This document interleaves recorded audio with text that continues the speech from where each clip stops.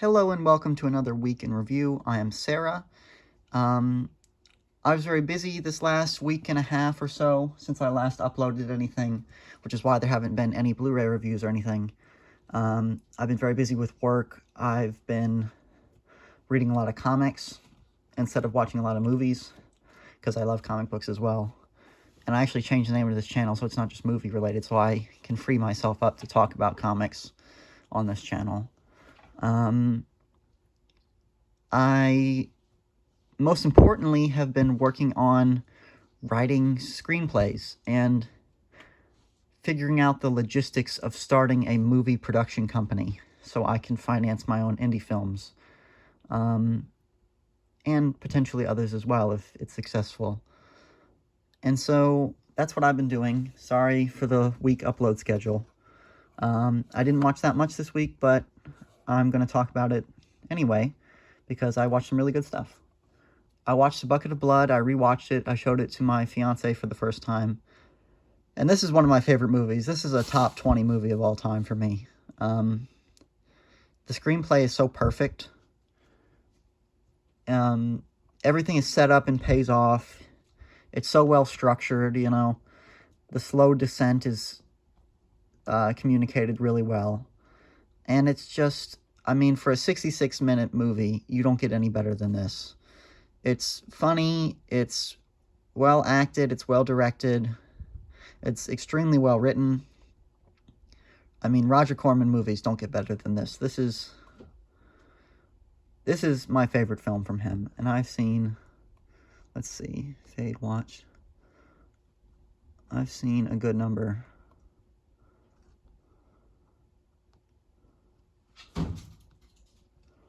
Yeah.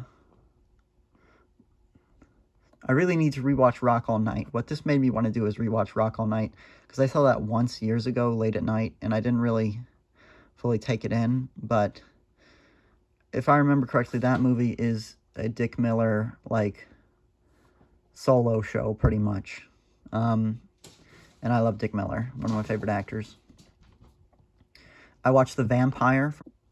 Sorry for the cut, my cats were being crazy. I watched The Vampire from 1957. This is an interesting movie, short, 76 minutes.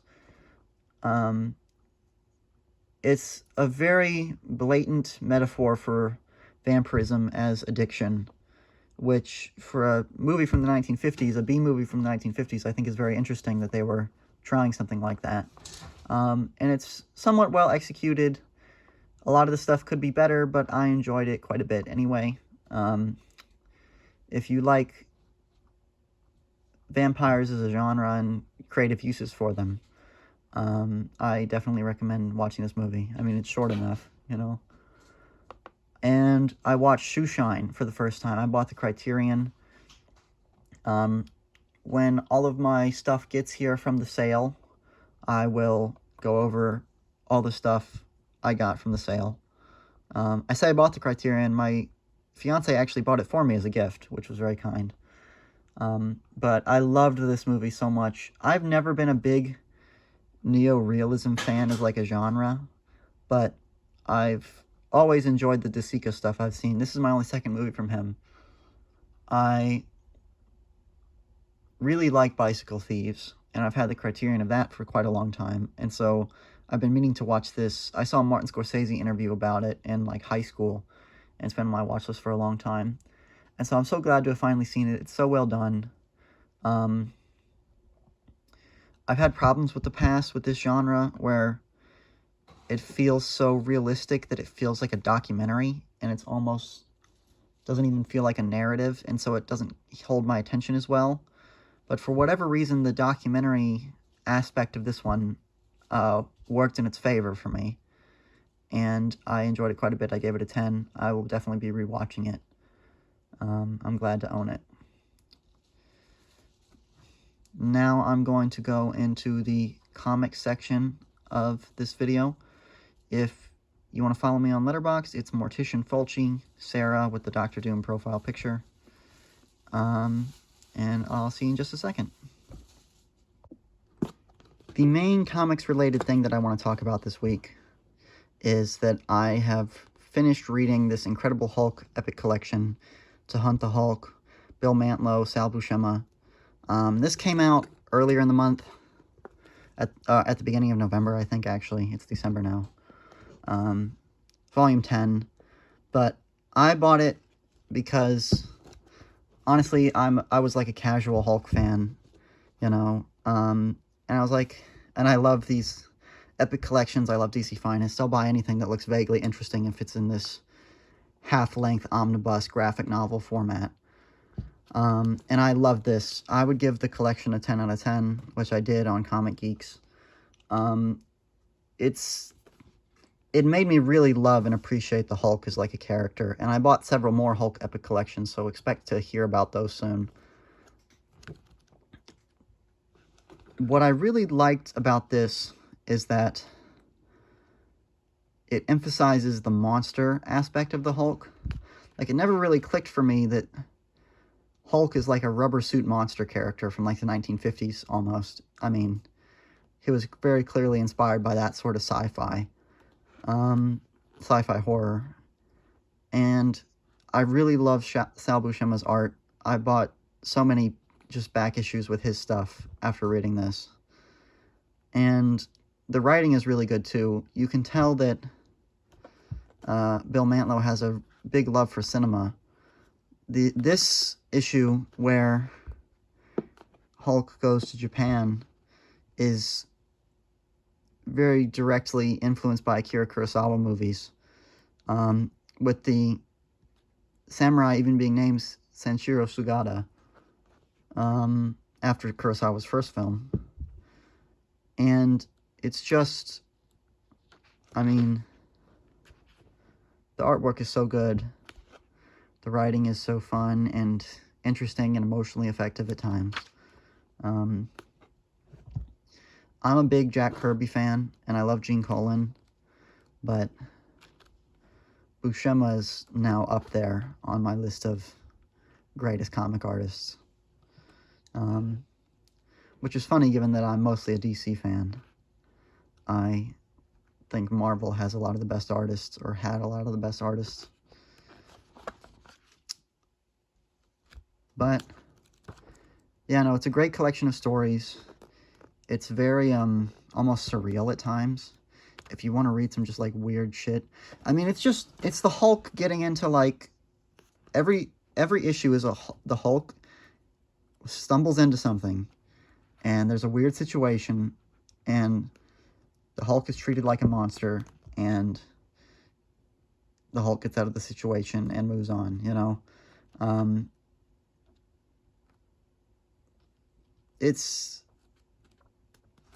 Some people would complain about it being formulaic, but I actually quite enjoy the anthology-type formulaic older comics. Probably more so than the big 6-month-long arcs of modern comics. I've been canceling a lot of my modern comic subscriptions recently, so I have more money to buy Blu-rays and both Blu-rays and these Epic Collections and DC Finest. Yeah. So, I've enjoyed this quite a bit. I don't know whether or not I'm going to talk about stuff as I read it every week, or if I'm going to talk about a collection after I finished it and count that for the week. This week I'm just going to be talking about the Hulk. And, yeah, I highly recommend this. If you are a fan of B-movies, like 50s sci-fi monster B-movies, and you've been thinking about exploring comics, I would highly recommend starting with this collection. I mean, it's $55, but it comes with, let's see, 17 issues and a Treasury edition. So, you're getting a lot for your money. And the reprints of these stories have never looked better. Yeah, I definitely recommend starting with this. I've also been reading I got the Stan Lee Jack Kirby Hulk collection, and that even goes more into the monster movie type aesthetic. and types of storytelling. And so start with this or start with that. Yeah, definitely recommend this for comics fans and for fans of that sort of movie. I also read The Infernal Hulk #1, which came out last month. #2 should be coming out within the next couple of weeks. And I enjoyed this quite a bit. If you're looking for a modern comic series to read and you really like monster-related horror, hi Pickles, my cat is yowling. This is a great place to start. I mean, I'm sure you could still find it on the shelf of your local comic shop, given it's a #1. But it's got amazing artwork. I mean, I'm not a big fan of the modern style of comic art, but I mean, that is just so good, And you can see, like, people melting in acid and that sort of thing. They've really just gone full-blown horror with the Hulk. I read the tail end of the last series that leads into this, but yeah, this is really something special. I definitely recommend picking it up. I'm going to flip through this for a while and flip through the Hulk collection for a while I talk about movie production for the week. So I have been writing a lot, as you know, and I've been very productive this week. What I've really been doing is I've been scripting out the plot beats. What I've done is I've said, okay, I have 100 minutes in the movie, divided into 3 acts, that's 30 to 40 minutes per act. And then I take the acts and I say, these are all the events I want to happen in the acts in the order I want them in, and then I assign them a rough number of pages that I think that's how long it should take. And then I go through and I write out all the pages, so it's like Act 2, pages 1 through 30, I'll take a sheet of paper, a notebook sheet of paper, and write out on every line 1, 2, 3 through 30. And I'll just fill in what I think a minute's worth of scene would be for that page. I've kind of turned it into like a fill-in-the-blanks sort of thing, which has been really good for me to keep up with the writing. I have tried to write a lot in the past, and I've gotten like 10 pages in without a real structure, and then I kind of give up. Because I always heard Tarantino, as a teenager, and I'm like, talk about, oh, I just start off with an idea and some characters in mind, and then I just write it, and the story comes out. And I was like, well, I like his stuff, I'll try it his way. I don't work that way. I need heavy structuring. And I've been learning how to teach myself that heavy structuring. And so hopefully that comes to fruition soon. I'm sure I could be done with the screenplay within the next month. What I'm doing is I'm going to be working my office job, throughout the end of the month. And what I'm going to do is I'm going to look for some sort of part-time retail type job, something easy that I don't really have to think about. I can just show up and, I don't know, work at Barnes & Noble for 8 hours and then go home and pays the bills. And then I'm going to be working on movies somewhat professionally part-time. What I want to do is I want to start an LLC, and I want to get financing for that LLC, and I want to actually be able to pay myself for my labor. A lot of indie filmmakers starting off, they do it all for free. But ideally, right, I have a company, and the company has financing, and I am an employee of the company, and I can actually pay myself for working. That's what I want to do. And I think it's feasible, I just have to figure it out. And I've been working on figuring it out.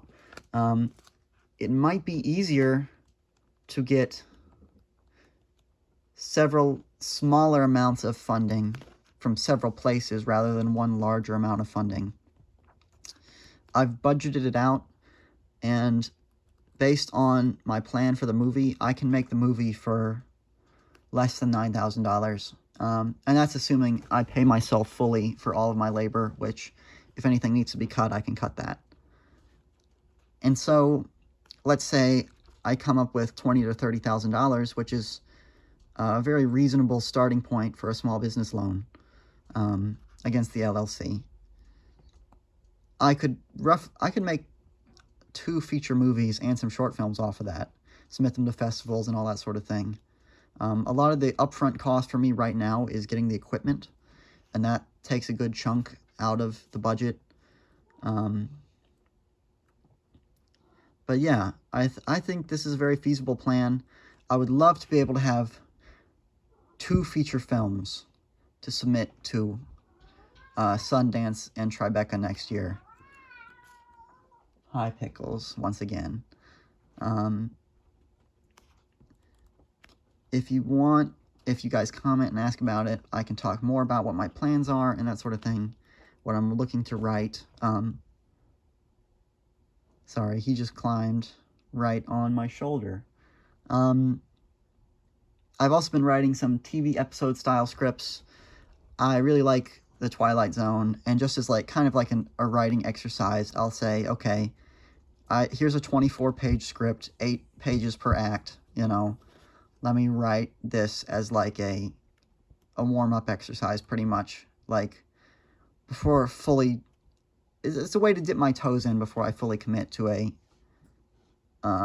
feature-length 100-page script. But yeah, that's what I've been doing. That's taken up the majority of my time this week, which is why I haven't been posting as much. What I'm going to do right now is I'm probably going to record 2 or 3 videos back to back and set them to upload at different times. So if I get busy throughout the next week, I'm still uploading consistently, which is what I'll try to do in the future. Thank you for watching. I hope you've enjoyed, and I'll see you soon. Goodbye.